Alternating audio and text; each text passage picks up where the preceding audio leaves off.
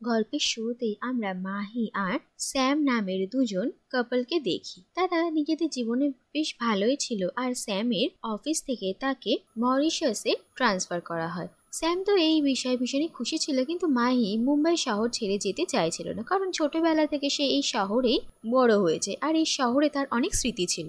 কিন্তু স্যাম মাহিকে বোঝায় যে এবার থেকে তাদের নতুন জীবন শুরু হবে আর এরপর তারা দুজন মরিশাসে শিফট করে। আর এখানে এসে তাদেরকে যেই বাড়িতে থাকতে দেওয়া হয় সেই বাড়িটা মাহির ভীষণ পছন্দ হয় আর সে নিজের মতন করে এই বাড়িটাকে সাজানোর কথা ভাবে। আর মাহিকে এত খুশি দেখে স্যামেরও ভীষণ ভালো লাগে। অন্যদিকে আমরা স্যামকে দেখি যে সে একটা নিউক্লিয়ার পাওয়ার প্ল্যান্টে জব করে আর এই নিউক্লিয়ার পাওয়ার প্ল্যান্টেরই কিছু বিপজ্জনক কেমিক্যাল স্টোর করার আর সেই কেমিক্যালকে যথোপযুক্ত প্রোটোকল ফলো করে ডাম্প করাই হচ্ছে স্যামের কাজ ছিল। আর এই কেমিক্যালগুলো যেখানে রাখা থাকতো সেই জায়গার সিকিউরিটির অ্যাক্সেস একমাত্র স্যামের কাছেই ছিল। আর আমরা দেখি যে স্যামের অফিস আর তারা যেখানে থাকতো সেটা মরিশাসের একটা আইল্যান্ড ছিল। অন্যদিকে আমরা দেখি যে স্যাম আর মাহির মরিশাসে আসার আগে এই আইল্যান্ডে একজন ইহুদি লোকের মৃত্যু হয় আর বলা হয় যে এই লোকটাই এই আইল্যান্ডে শেষ ইহুদি ছিলেন। আর এরপর দেখা যায় যে এই ইহুদি লোকটার মারা যাওয়ার পরই এখানে একজন অ্যান্টিক স্টোরের মালিক আসে, কারণ এই ইহুদি লোকটার কাছে অনেক অ্যান্টিক কালেকশন ছিল।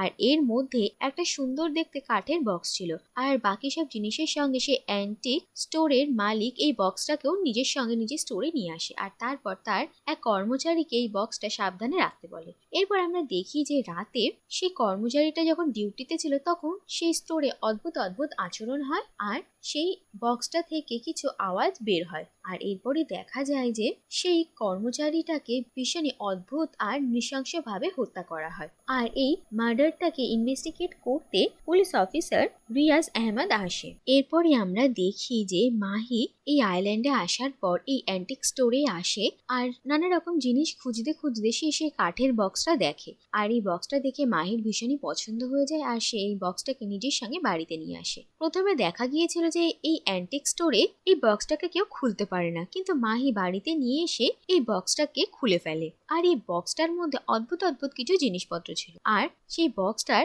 একটা খুপড়ি কুঠুরি ছিল আর সেই কুঠুরিটাকে খোলার পরই তার ভিতর থেকে একটা ছায়া বেরিয়ে আসে আর মাহির মধ্যে ঢুকে পড়ে। আর তারপর থেকে মাহি ভীষণই অদ্ভুত অদ্ভুত আচরণ করা শুরু করে। প্রথমে তো স্যাম মাহির এই আচরণ দেখে খুব একটা গুরুত্ব দেয় না, কিন্তু ধীরে ধীরে তারও সন্দেহ হতে শুরু করে। অন্যদিকে আমরা দেখি যে স্যাম একজন অনাথ ছিল আর সে যে ফাদারের কাছে থেকে বড় হয়েছিল সেই ফাদার স্যাম আর মাহির নতুন জীবন আর নতুন বাড়ি দেখতে মরিশাসে আসছিলেন।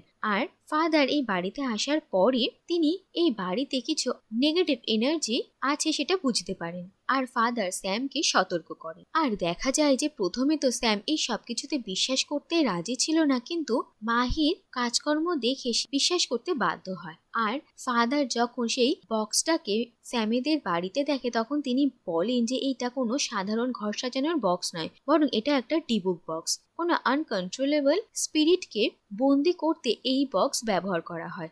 আর এই বক্সটা বাড়িতে নিয়ে এসে মাহি খুব বড় ভুল করেছে আর এই বক্সটা খুলে যে আত্মাটা বেরিয়েছে সেটা মাহির মধ্যে প্রবেশ করেছে। আর অন্যদিকে আমরা দেখি যে সেই বক্সটা আনার পর থেকে মাহি তার আশেপাশে একটা ছায়া মূর্তি ক্রমাগত দেখতে পেত, কিন্তু সে যখন স্যামকে বলতো তখন স্যাম তার কথা বিশ্বাস করতো না। এরপর দেখা যায় যে ধীরে ধীরে মাহির কন্ডিশন ভীষণই খারাপ হতে শুরু করে আর এরপর এই ডিবুক বক্সটার সম্পর্কে আরো বেশি তথ্য জানার জন্য তারা একজন রাব্বাইয়ের সঙ্গে কনসাল্ট করে। আর সেই রাব্বাই বলেন যে ডিবুক স্পিরিট যে কোনো মানুষকেই পজেস করতে পারে না, সে শুধুমাত্র এমনই মানুষকে পজেস করে যার শরীর আর আত্মা একত্র নেই, যেমন কি বাচ্চা। কারণ বাচ্চাদের জন্মের অনেকদিন পর্যন্ত তার শরীর আর তার মস্তিষ্ক একত্র হতে পারে না। আর এরপরই স্যামকে মাহি কল করে জানায় যে সে প্রেগনেন্ট। আর এই কথা শুনে সবাই অবাক হয়ে যায় আর রাব্বাই এবার এই ঘটনাটাকে গুরুত্ব দেন, কারণ হয়তো ডিবুকের সেই স্পিরিটটা মাহি নয় বরং তার গর্ভজাত সন্তানকেই পজেস করেছে। আর রাব্বাই স্যামকে বলে যে এই ডিবুক স্পিরিটকে যে কন্ট্রোল করার কিংবা তার পথে বাধা হয়ে দাঁড়াবে তাকে সেই স্পিরিট নিজের রাস্তা থেকে সরিয়ে দেয়। আর এখানে রাব্বাই স্টুডেন্ট রাব্বাই মার্কাসের সঙ্গে স্যামের পরিচয় হয়। এরপর স্যাম আর ফাদার ফিরে আসেন আর মাহি স্যামকে দেখে ভীষণই খুশি হয়, কিন্তু স্যাম তাদের এই নতুন ঘটনায় খুশি হতে পারে না, বরং তার মাহিকে নিয়ে ভীষণই চিন্তা হয়। অন্যদিকে এটা খবর আসে যে রাব্বাইয়ের মৃত্যু হয়েছে, আর এরপর স্যাম মার্কাসের সঙ্গে দেখা করে আর তাকে কিছু একটা করতে বলে। মার্কাস স্যামকে মাহির খেয়াল রাখতে বলে, আর সে বলে যে সে এইসব সম্পর্কে বেশি কিছু জানে না, কিন্তু সে বিভিন্ন তথ্য সংগ্রহ করছে, ততদিন স্যামকে সবকিছু সামলাতে হবে। আর মার্কাস স্যামকে একটা পবিত্র লকেট দেয়, যেটা স্যাম আর মাহিদেরকে প্রোটেক্ট করবে। আর এরপরে দিন কাটতে থাকে আর আমরা দেখি যে কয়েক মাস পেরিয়ে গেছে। আর এরপরে হঠাৎই একদিন রাতে মাহি তাদের ঘর থেকে বেরিয়ে যায় আর মাঝপথে হাঁটতে শুরু করে। আর স্যাম মাহিকে অনেক আটকানোর চেষ্টা করে, কিন্তু মাহি স্যামকে ধাক্কা মেরে দৌড়তে থাকে। আর তারপরে দেখা যায় যে মার্কাস সেখানে আসে, আর মাহির ভিতরে যে স্পিরিট ছিল সে মার্কাসের সঙ্গে হিব্রু ভাষায় কথা বলে। এরপরে মার্কাস একটা মন্ত্র পড়ে যাতে মাহি অজ্ঞান হয়ে যায়। আর এরপর মার্কাস স্যাম আর ফাদারকে বলে যে তাদের হাতে বেশি সময় নেই আর তাদেরকে তাড়াতাড়ি মাহির বডি থেকে স্পিরিটকে আলাদা করতে হবে, না হলে সে মাহি আর তার সন্তানকে মেরে ফেলবে। এরপর দেখা যায় যে মার্কাস এই আইল্যান্ডের সেই শেষ ইহুদির বাড়িতে যায়, যার বাড়ি থেকে এই ডিবুক বক্সটাকে উদ্ধার করা হয়। আসলে মার্কাস বলে যে যে কোনো ডিবুক বক্সের সঙ্গে সেই ডিবুক স্পিরিটের জীবনী সংক্রান্ত একটা বই থাকে, যাতে আগামী প্রজন্মকে সেই ডিবুক স্পিরিট সম্পর্কে সাবধান করা হয়। আর এই ডিবুক বক্সটা যখন আছে, তাহলে এই ডিবুক স্পিরিটের জীবনী নিয়ে একটা বইও নিশ্চয়ই আছে। আর এই বইটা খুঁজতে মার্কাস এই ইহুদির বাড়িতে এসেছিল, আর সে অনেক বিপদের সম্মুখীন হয়েও সেই বইটাকে খুঁজে বার করে। আর তারপর তারা এই বইটা পড়ে এই ডিবুকের ব্যাপারে জানতে পারে।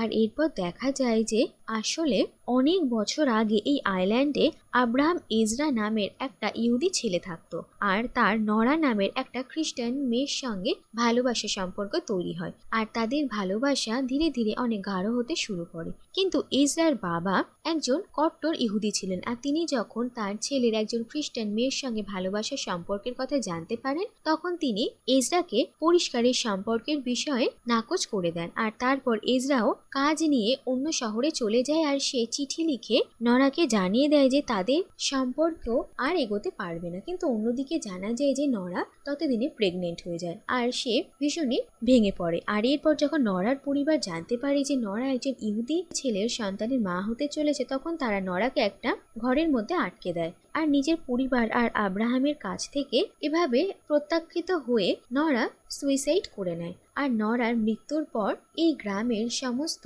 খ্রিস্টান লোকেরা ইহুদিদের ওপর ভীষণই রেগে যায়। আর একদিন আব্রাহাম আর তার বাবা যখন গাড়ি করে যাচ্ছিল, তখন নরার বাবা সব খ্রিস্টান লোকেদেরকে নিয়ে তাদের ওপর অ্যাটাক করে। আর আব্রাহামের বাবার অনেক প্রচেষ্টা সত্ত্বেও তিনি আব্রাহামকে তাদের হাত থেকে বাঁচাতে পারেন না, আর সব খ্রিস্টানরা মিলে আব্রাহামকে প্রচন্ড মারধর করে। এরপর ডাক্তার আব্রাহামের বাবাকে জানায় যে আসলে আব্রাহামের এত চোট লেগেছে যে সে আর কোনোদিনও পুরোপুরিভাবে সুস্থ হতে পারবে না। আর এই কথা শুনে আব্রাহামের বাবা ভীষণই রেগে যান, আর তিনি ঠিক করেন যে এভাবে তার ছেলেকে বাঁচিয়ে রেখে কোনো লাভ নেই।